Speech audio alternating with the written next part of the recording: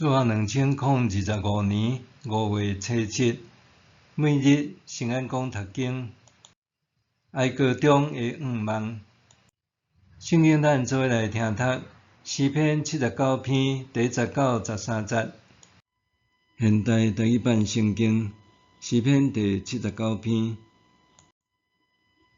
阿萨的诗：上帝啊，外邦人侵占你的领土，拍拉散你的圣殿，互耶路撒冷变做荒废的所在。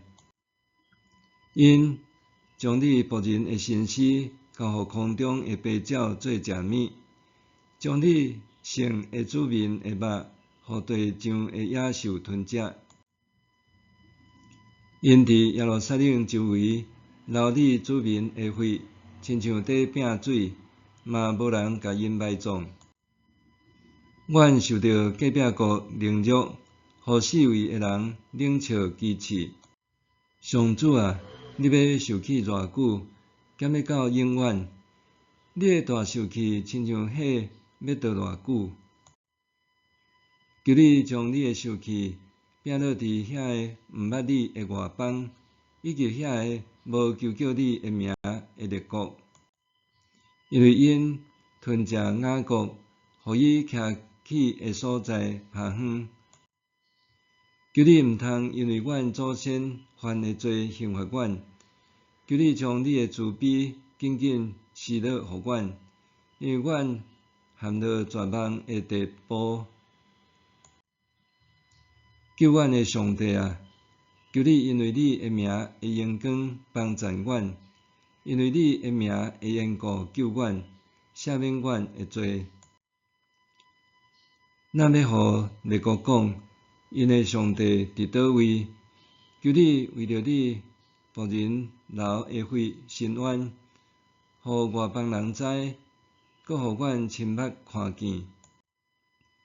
求你互受犯的吐气透到你的面前，照你的大权能，保存受判死刑的人的性命。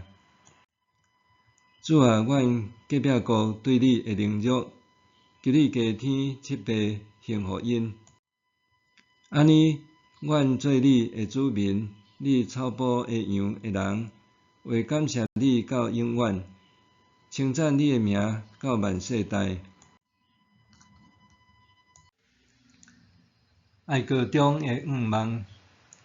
诗篇79篇是讲述外敌入侵导致国家灭亡的哀歌。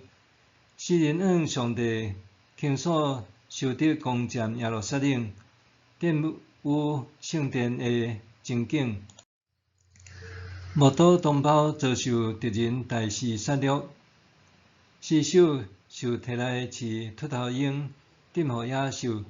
上帝子民血流成河，落日无人埋葬尸首的惨景，差不多丧失一切希望之际，诗人恳切祈求上帝怜悯警告，求上帝帮赞拯救伊的子民。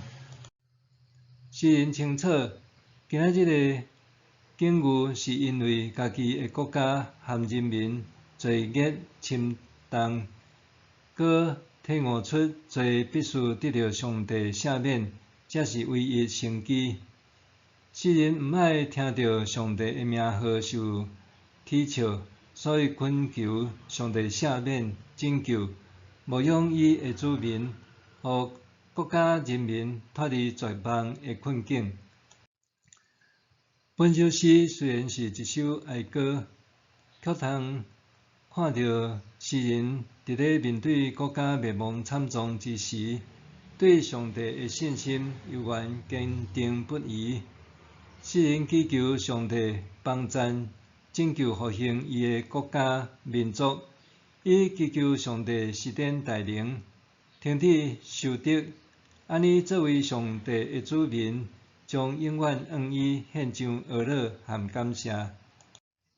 400多年来，台湾的历史夹杂真侪悲情，主要是来自统治者的压迫，包括大航海时代的荷兰、西班牙势力、大中华文化的民国清国统治、日本的殖民统治，以及二次世界大战以后国民政府的威权统治，特别是国共内战了后，国民政府败逃来台湾，借由动员戡乱和戒严时期实行高压统治，互台湾人民历经长久的压迫。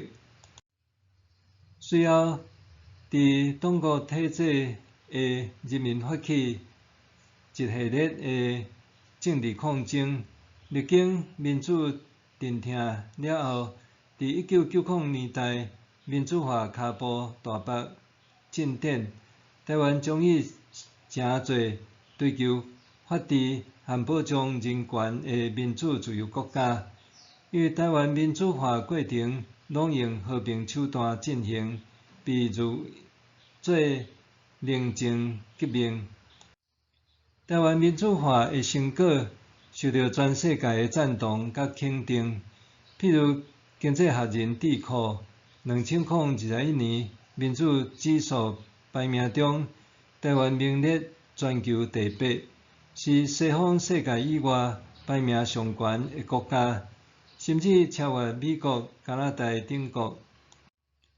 伫台湾转型做民主政治的改革过程中，台湾基督教教会的信仰前辈遵循上帝主权，用国外主耶稣基督做教会唯一元首。伫认同台湾的政治关怀顶面，伫1971年、1975年甲1977年发表3份重要宣言，勇敢讲出期望国家发展的方向。50年后的今仔日，咱通得以享有永存的前辈追求的美好果实。尽管台湾内部已经对威权行往民主，总是对外却一直无法度摆脱中共极权政府的文攻武吓。现今，绝大多数台湾国民已经无法度搁再接受极权统治，但是面对台海两岸紧张局势，伫多元主张的台湾社会中，基督徒也应该个别个我的主基督是教会的元首，是国家的守护者，搁较是世界和历史的主宰。基督徒应该秉持爱国疼乡土的情怀，伫灵修生活中为国家恳切祈祷，定睛仰望上帝。默想，常常为国家台湾祈祷祝福，是我应该持续仰望倚靠上帝的事。常常为国家台湾祈祷祝福，是我应该持续仰望倚靠上帝的事。咱同齐来祈祷，历史的主宰，感谢你使乡土孕育我，搁使民主自由。求你继续眷顾台湾，互平安公义永存。奉主的名祈祷，阿们。愿上帝赐予你身心灵拢勇健平安。